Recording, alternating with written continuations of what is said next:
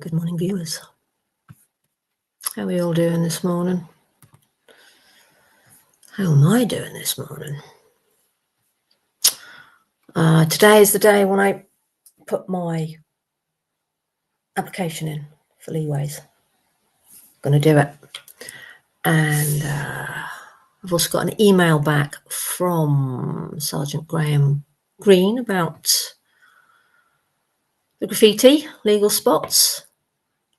And I've also had a follow-up email, or did we chat about it with the town council? So the boards are a legal spot. So show us what you got. Street artists, graffitiers.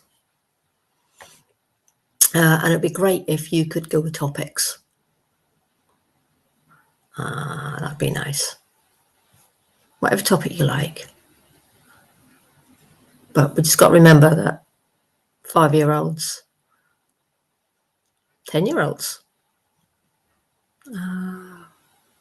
will be able to see it and read it. So we need to be responsible for that. The other thing I'm doing is just checking through the old newspaper bits, and I see which one is it? This one.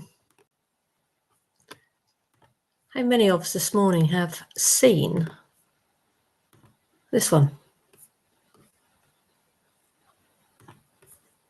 I know it's a rag, but raising the headlines on VAT on private healthcare.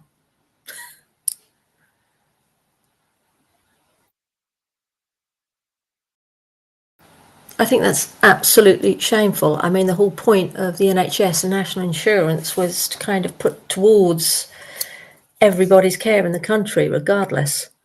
And now with VAT, if everything is going over to private hospitals, they're taking the piss, aren't they? So all that VAT money on top could have gone in the pot of the national insurance. Instead, they're going to collect it and they're going to spend it on other things, which means our NHS funding is, or national insurance is no longer ring-fenced. They can take money out of it through VAT and spend it elsewhere because it's private. And a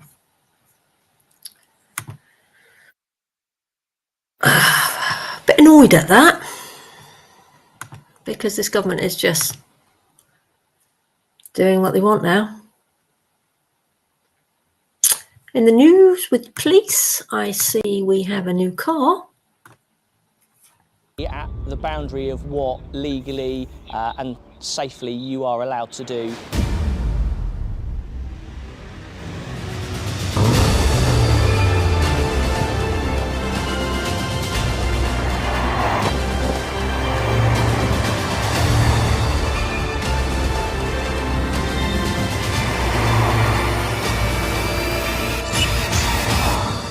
I thought because I had a new car.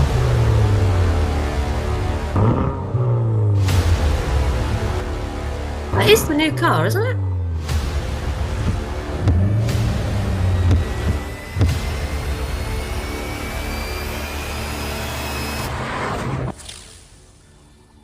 Nice.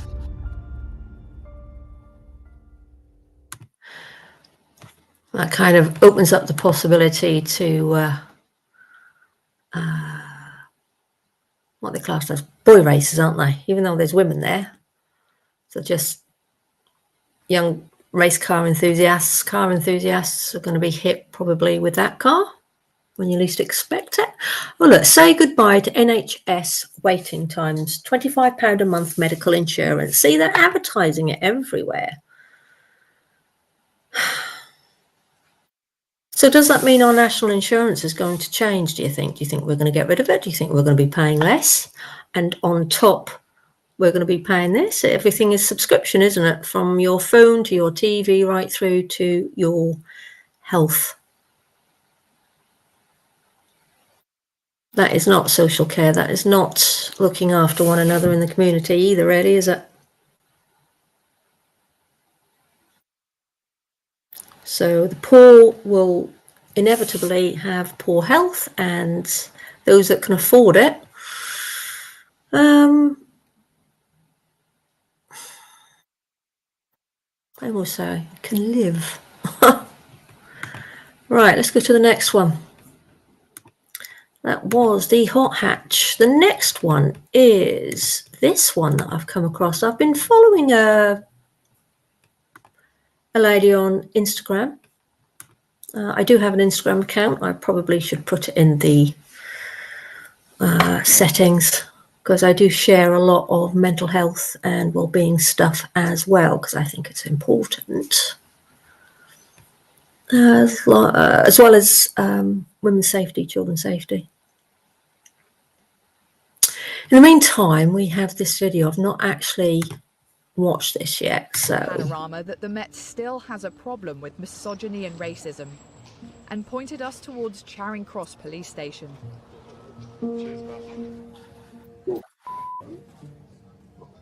You're handcuffed, Brave.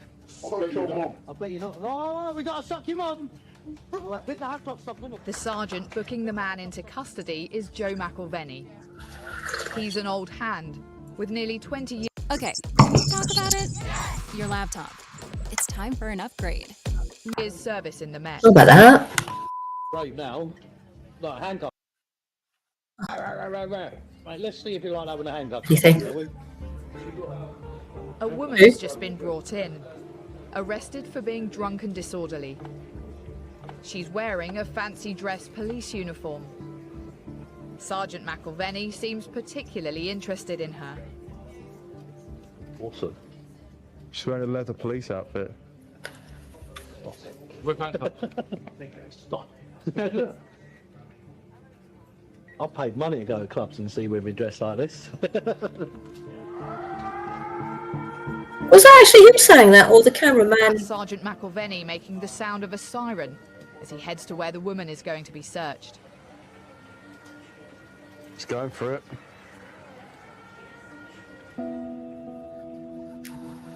I've just never seen him react that way to an arrested person being brought into detention.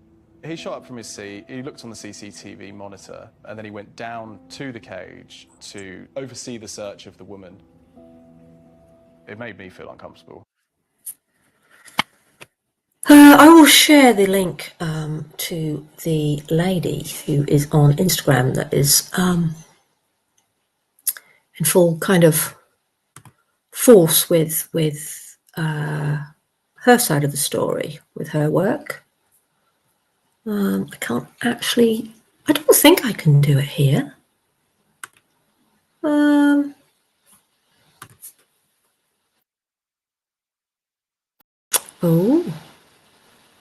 Oh, no, I can't. I can't do it. No. Right. No. We're now going to click over to another news article.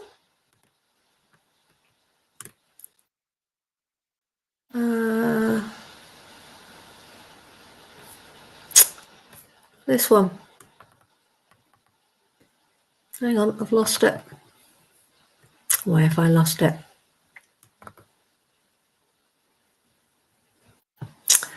Here we go. It's this one. You with me? Yep.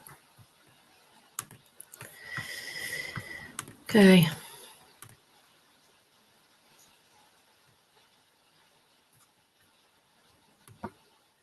It's not actually no sound, is there? That's a shame. Anyway, this is a 43-year-old woman following the death of 3 children at property at Sea Mills, Bristol, charged with 3 counts of murder. But if you see here, who remains in the care of the mental health services.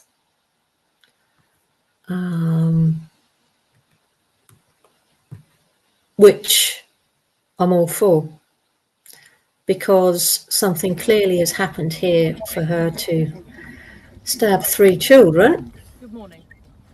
My name is Chief Inspector Vix Hayward-Meelan. I'll now read a statement, but I won't be taking any additional questions at this time. I'd like to start by saying that this is a terrible and deeply distressing tragedy in which 3 young children have lost their lives. Our thoughts are very much with the children's loved ones who are going through. He's not videoing, he's not taking a picture there, he's actually videoing. Look at the size of that wind muffler. Welfare of the occupants early on Sunday the 18th of February. Officers arrived at about 12:40 a.m. and found 3 children whose lives could not be saved. Forensic post-mortem examinations will now be carried out on the children to establish the cause of death, and it is important that we don't give further detail on this until the proper processes have been carried out. The post-mortem examinations are not likely to be completed until the middle to the end of this week at the earliest. Formal identification has not yet taken place, but we believe the victims are a boy aged 7, a girl of 3, and a 10-month-old boy. Oh, Their next 10-month-old. have been informed and are being given all of the help and support that 10-month-old. specialist family liaison officers. A 42-year-old There's a few things that and taken to hospital due to injuries that she has sustained. Her condition is not life-threatening and she remains in police custody at this time. Uniformed officers.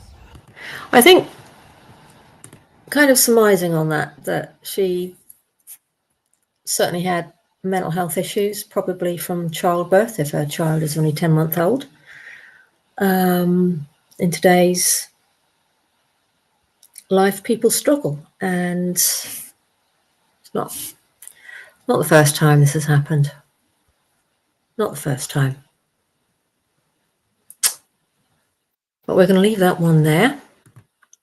The other thing we're going to do is check out the emails, because along with the graffiti, let's just have a check up here of any updates that I need to do. Things with the Busness Association are going well, on track. I picked up a couple of samples from Ben from the North Walsham Garden Centre. So I will be coming around the shops over the next few days. Weather dependent, because I don't want to be wet. And also with the, sorry for this. This is quite interesting to try and do all this while being live. So yeah, though, that is going to go ahead. I don't know if anybody has caught up with the Town Council full meeting at North Walsham on Tuesday. That's in the playlist. So go over and have a listen, because there was a lot of talk, and there has been a lot of talk anyway, about the unitary devolution, LG, whatever it is, shorthand. And I think more people that listen in on that and get involved in that, because we need to fight for Norfolk, really. And unfortunately, I don't feel that a lot of our councillors are doing so. I'd like to see more action than what I'm seeing presently. Freedom of information. I've still not heard anything back from the Freedom of Information to do with the A149.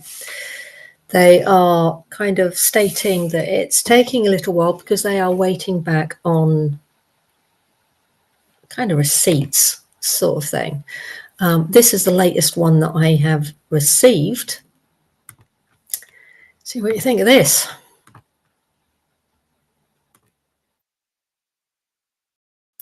Just give me a second. Right, so it's that one, and that one. Okay, so let's just take a look. which I do believe is that page. There you go. Okay, here we are. This is the latest that I got, which was sent on the 24th of September, because they did say that they would have all the information by the end of September and that I would receive it. But as you can see here, it's the 24th of September. So this is dependent on whether our contractors submit the final accounts for the scheme. Well, they would have got paid by now, wouldn't they? So it should all be there.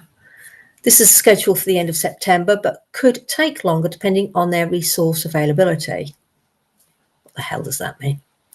Norfolk County Council will then need some time to review and agree it before we can finalise costs. You should have done that before the work started. So that's waffle. So they've done the work, and it's waffle, absolute waffle. Saskia Walsh, you are talking waffle. That's what I think. Because all of this would have been done before the work started to know how much stuff cost. So you would have an estimate at the end and the final submitted bill, because all these people would have been paid by now. So you know. But Norfolk County Council will then need some time to review and agree it. What? Can be made public, or what needs to be redacted? Before we can finalise the costs. So yeah, that is the latest one that I've got. What else have we got on the old email frontage? I had a reply from Colin Jury. I do believe I've read that on another live.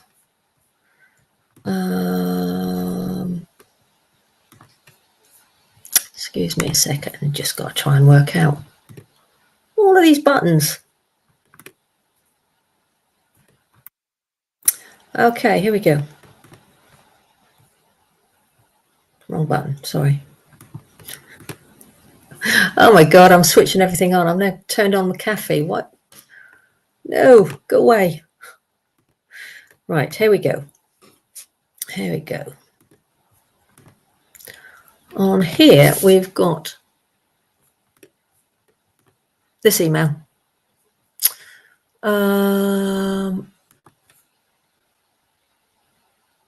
Okay, there we are.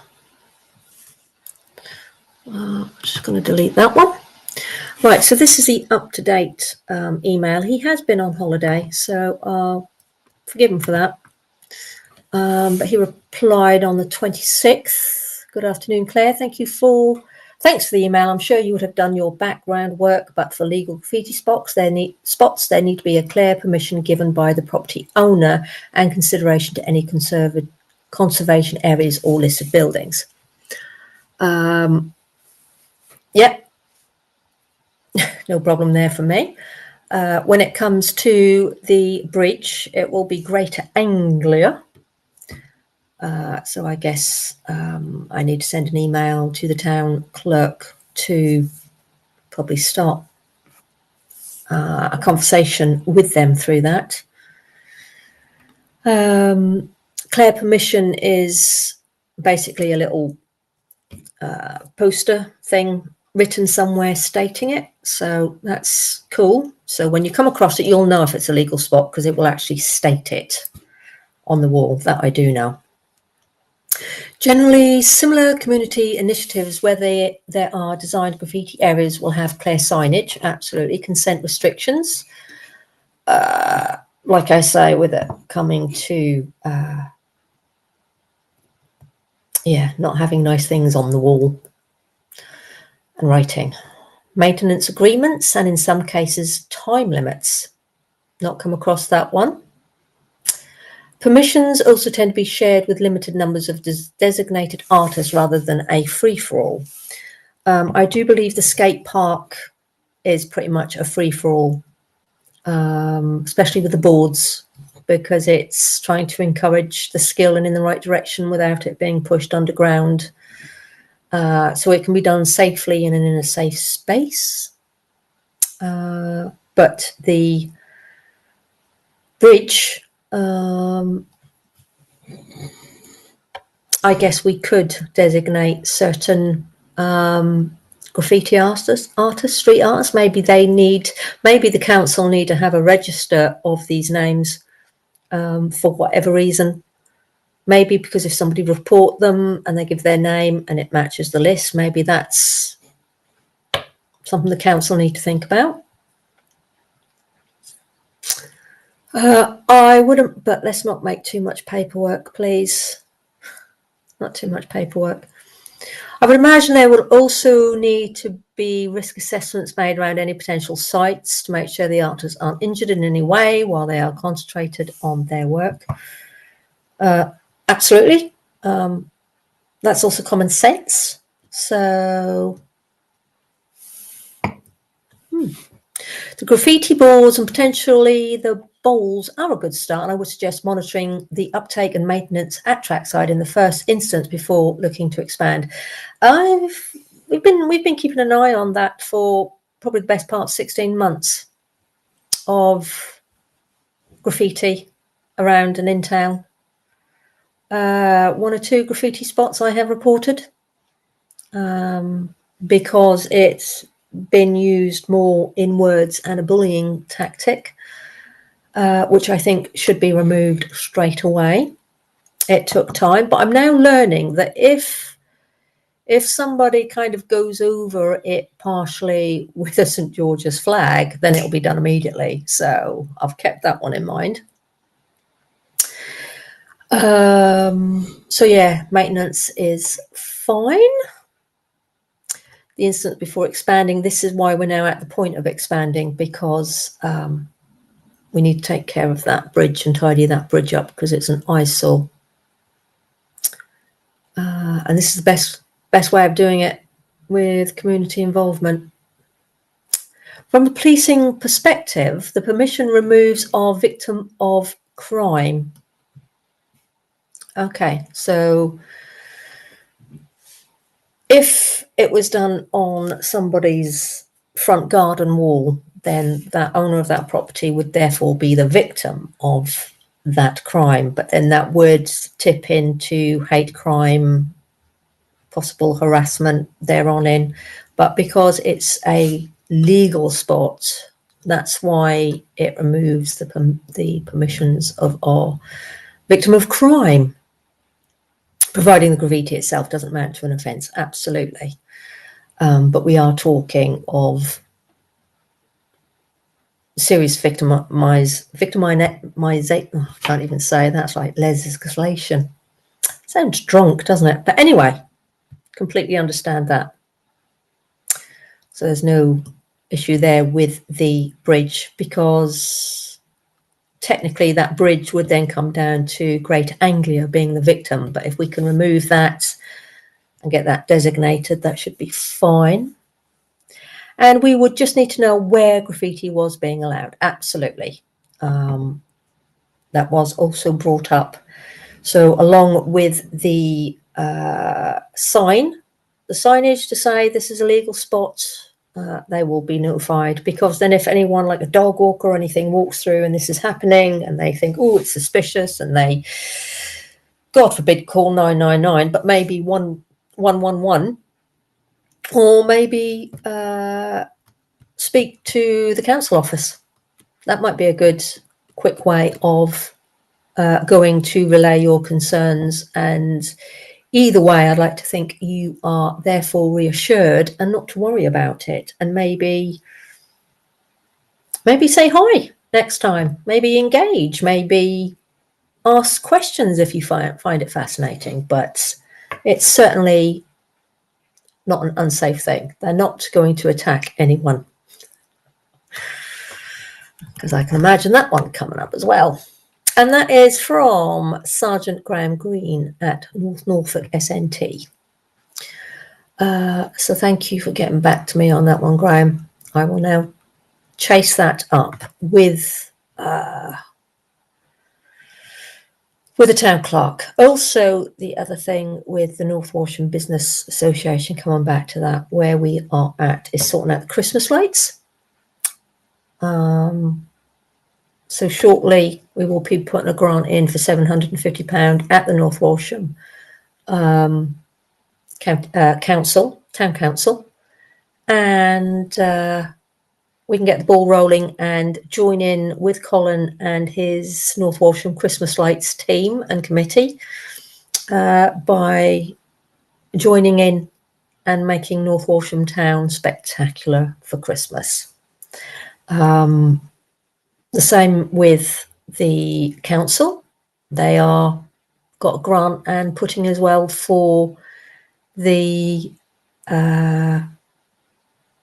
lampposts down Market Street. I know we've got to also do part of Munsley Road where the shops, where the bike shop and the other booty shop and the Indian is. So we need to make sure we get down there for those businesses, and maybe eventually bring it up Vicarage Street, because there's businesses on that side as well. So rather than allowing North Walsham to get smaller just to the high street, to actually keep it the size that it is where the businesses are, because businesses bring jobs, and jobs bring in financial stability is what we like to think, isn't it? But yeah, if you know any good buskers out there, I know that there's got to be public insurance that the stall holders and certain buskers, I believe, have. Between us, if we are doing this, we just need a copy of that to hold onto our file for that day, and then we either delete it or we keep it on there because you are going to be a regular, because we like you.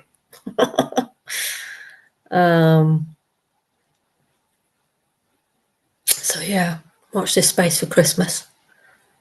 But one thing I have started to mention and put the feelers out is, how do we get around getting Christmas lights at our train station? I want to see our train station bring people off the trains and come into North Walsham.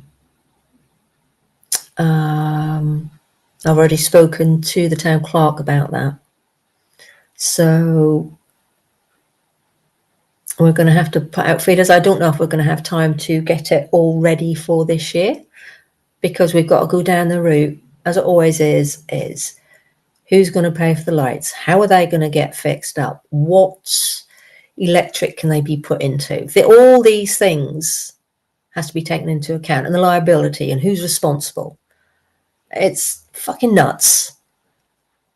But everything is having to go down this route. So common sense is kind of out the window, but you know, so if anyone is out there that works for Greater Anglia, I know one gentleman that oversees North Walsham, so I will keep my eye out for him when I next see him, but I might not now see him for the next month or two. So we'll see. But if you know, get in touch. Just leave a comment down below, because I need all these expertise to help bring these things together. And we've all got skills, we've all got knowledge, and we all know different telephone numbers. So we need to start working together. That's the plan. That's what I'm pushing for. I think a lot of it is probably why I started this YouTube channel. There's a few other reasons, but this is certainly one of them.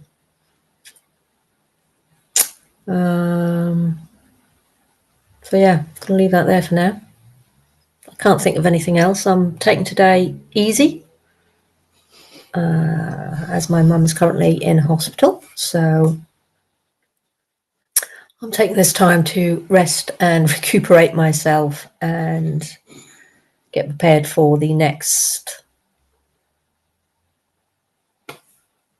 chapter. Where do we go from here? Right. Anyway, Thanks for watching. Please subscribe, please like, please hit the notification bell, because I'm doing this all voluntary. And I have this stupid idea that social media will help pay for me to do this, so I can continue doing this within the town that I love, my hometown. And that's all it takes from you guys. Because then I can start earning a little bit off the adverts of YouTube. So that'd be handy, because I'm not on any benefits. I'm currently not in a job. As you know, I'm kind of looking at sending this application out. It's going to be this afternoon now, because it's a lot bigger than what I thought. So we'll see how this goes, see how it plays out. In the meantime, if you've never been to North Walsham, please come down to North Walsham. The big switch on lights for North Walsham town, which we are all trying to work together and do, so it's bigger and more inclusive. So if you're about on November the 29th, come down. That is a big switch on day. There's going to be markets, stalls, music, you name it. There's going to be all of it that the North Walsham Lights Committee has put on, as well as what is going to be going on at the precinct with the North Walsham Busness Association that they're putting on. And I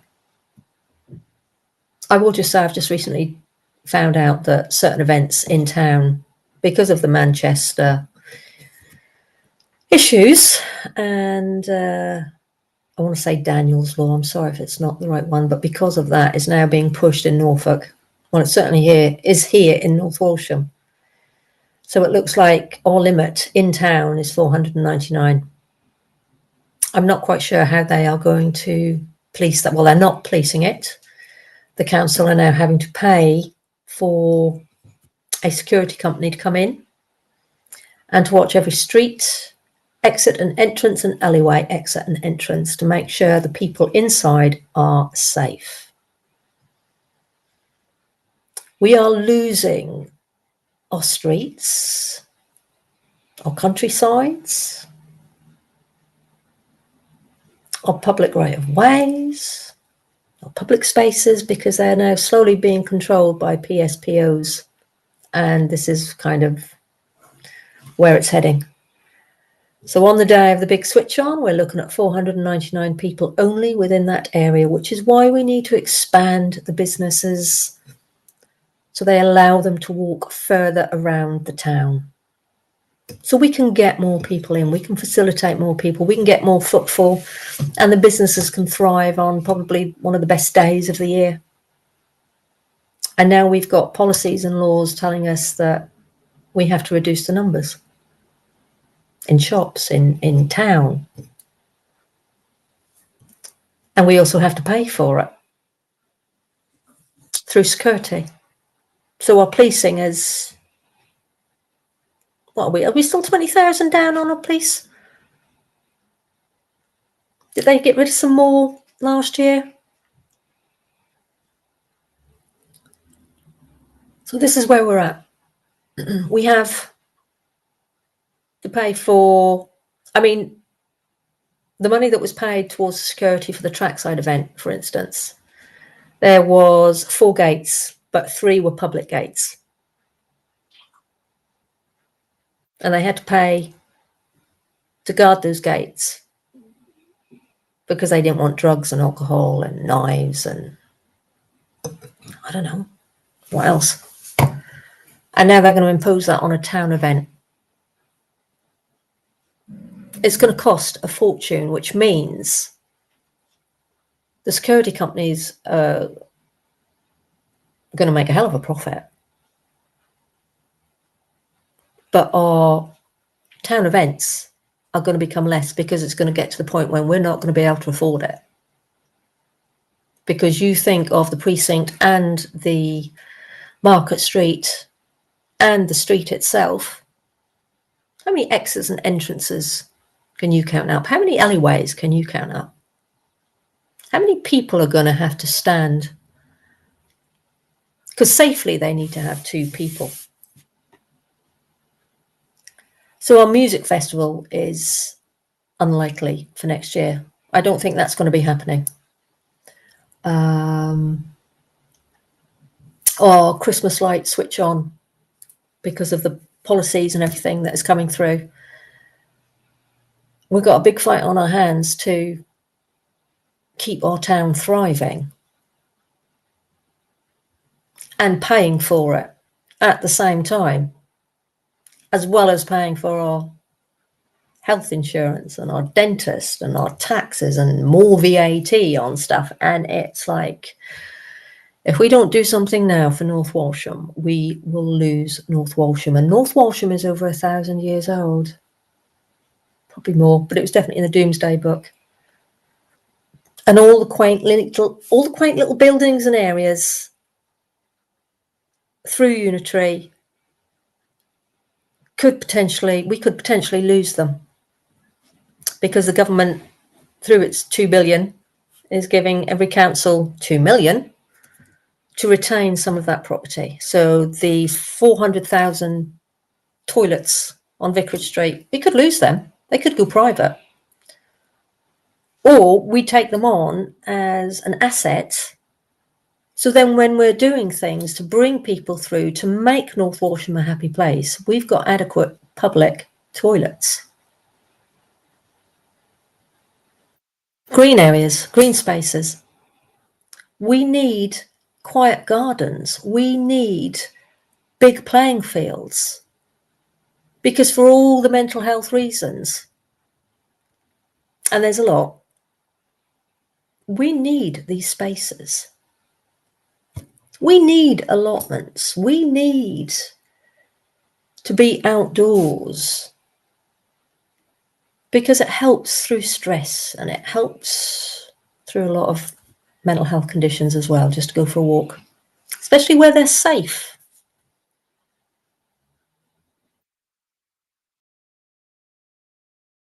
So I don't know where we're going with this council, but we've got a bit of a fight on our hands, because I know some of the council are a bit split between what assets they keep and what assets they get rid of, only to be privately sold. And if they get privately sold, we won't see the money.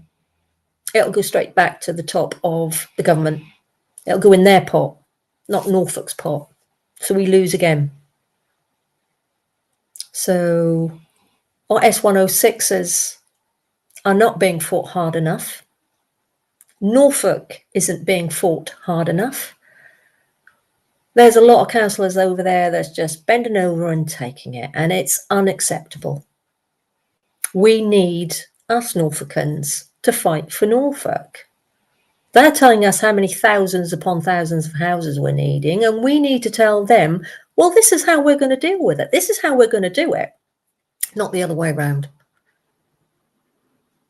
Because they don't know Norfolk. Norfolk is marshland. It's subjected to floodings. It's a bit of a wet part of the country,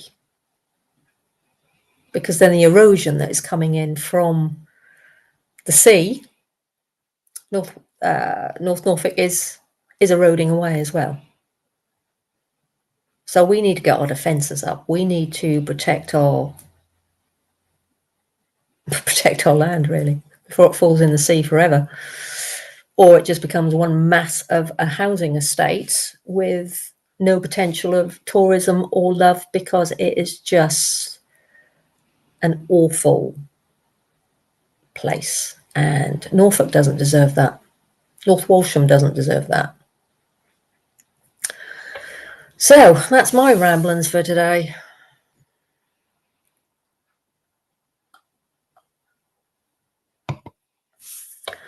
But come on, let's open the conversation up. Let's get talking. Start commenting and let me know what you think. Because I'd like to know what we think. I really would. Because through all this unitary devolution, I will tell you now, out of all the 80 odd councillors, there's only been 5,000 people that has done the survey. We have just under 1 million people in Norfolk. and they have only reached out to 5,000. That's not good enough. So yeah, get on board. Leave a comment below, like and subscribe, and I'll catch you later. Bye for now.